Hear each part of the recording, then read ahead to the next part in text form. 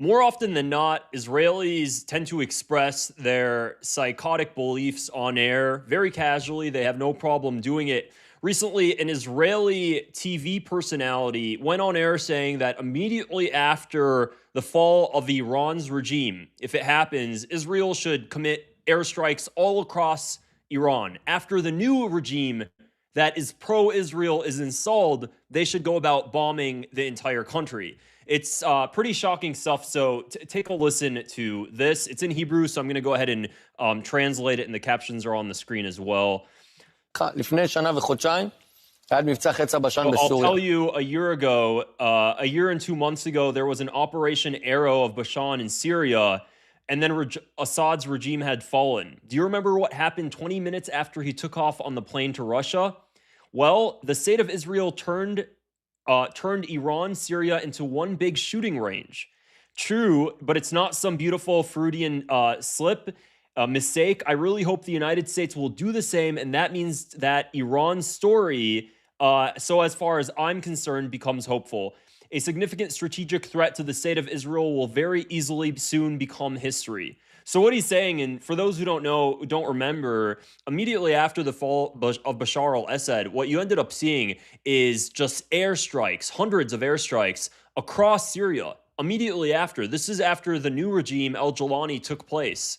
So why was that the case? Well, the reason they went ahead and did that is because they wanted to make sure that Syria was basically a naked state at that point. They wanted to make sure there was no threat whatsoever that could be posed. So every single one of Syria's previous military installations, previous defense missiles, previous fighter jets, every single aspect of Syria's military infrastructure was completely wiped out. And because the media was so concerned at the time about talking about the freedom of Syrians and talking about the fall of Bashar al-Assad, the headlines were too busy talking about the fall of Syria and the new regime that very few of them actually mentioned that at the exact same time, Israel was wiping Syria out. There was probably a very intentional reason for that as well. Israel knew that it would be the perfect opportunity to just completely strike the hell out of Syria while the media is too busy talking about the fact that the regime has officially fallen.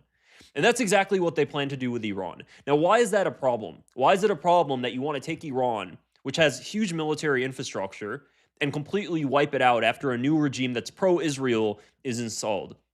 Okay, what people don't understand, and what the United States is doing right now as we speak, the CIA and the Mossad are arming some of these riders. They're sending in weapons through Pakistan and through Afghanistan on Iran's eastern border. They're sending in weapons, U.S. equipment, to go into Iran to provoke the rioters, to cause uproar. They want to cause as many casualties as possible because it gives incentive and it allows for the United States to commit this regime change operation. I mean, the Mossad are definitely not hiding the fact that they're in Iran right now and they're walking among the protesters. The Jerusalem Post, the Times of Israel, they're posting articles talking about how the Mossad is bragging about the fact that they're in Iran right now. And this is not even to be pro-regime.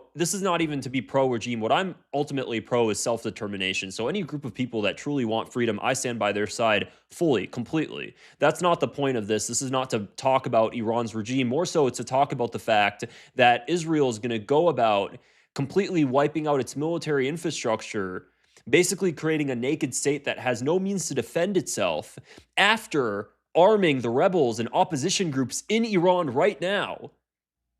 Right now, there are opposition groups, there are rioters that are funded with American-made weapons. Just today, Iranian officials posted photos of houses that they ended up storming, finding tons of U.S. weapons that the rioters now have because they're smuggling it in from Afghanistan and Pakistan. A lot of these people are previous ISIS fighters. They're smuggling in these weapons. They're trying to basically destabilize the entire country to foment enough anger and to end up ultimately leading to a regime change. That's what their ultimate goal is. But now you have a naked state if Israel does these airstrikes. And how are you going to deal with the ISIS problem that the United States now caused in Iran if this were to actually happen?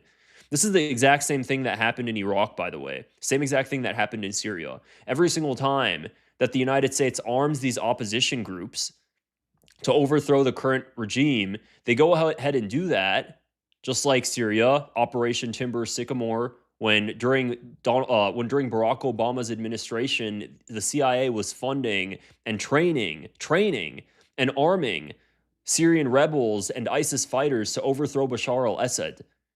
It didn't end up working. The regime stayed in power for a very long time, up until the past couple of years.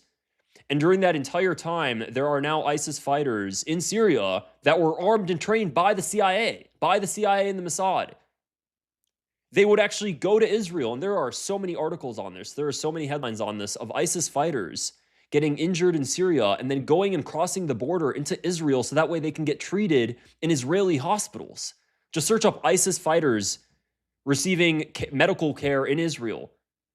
There's several articles on this. All right. So we fund and train those opposition groups. So right now in Iran, they want to bomb every single damn military installation while we're currently arming these rebel groups in Iran, or sorry, these ISIS fighters in Iran that the CIA and the Mossad are funding and are arming, that are coming in through Afghanistan and Pakistan. You have a naked state. Let's say this new regime is installed and all of a sudden you have a Western-backed Shah, which is exactly what they're trying to do. You think everything's going to be peaceful at that point? What's going to happen to all of these ISIS terrorists that the United States just armed, which is currently happening? They're not going to disappear. They're not just going to immediately disappear and everything's fine and there is peace. No, there's going to be opposition militant groups. There are going to be radicals that the United States tossed in there to overthrow the previous regime that are still there. And now the new Iran has no military infrastructure to deal with that problem. And that's ultimately how you end up having a massive power vacuum in a failed state. That's exactly how it happens, because the United States trains opposition, then we dip, those opposition groups are armed, and the new regime doesn't have the military infrastructure to handle that and address it.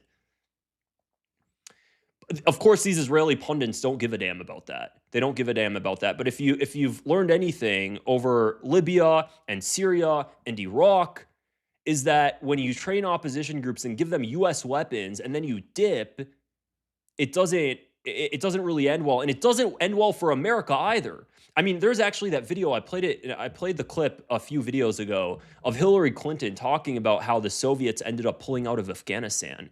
Does anybody remember that clip? This is like a 1990 Hillary Clinton clip. And what she says, she says, we armed them. We armed the Mujahideen in Afghanistan. We trained them. We trained them in order to overthrow and to get the Soviet Union to break apart. We're the ones who did that.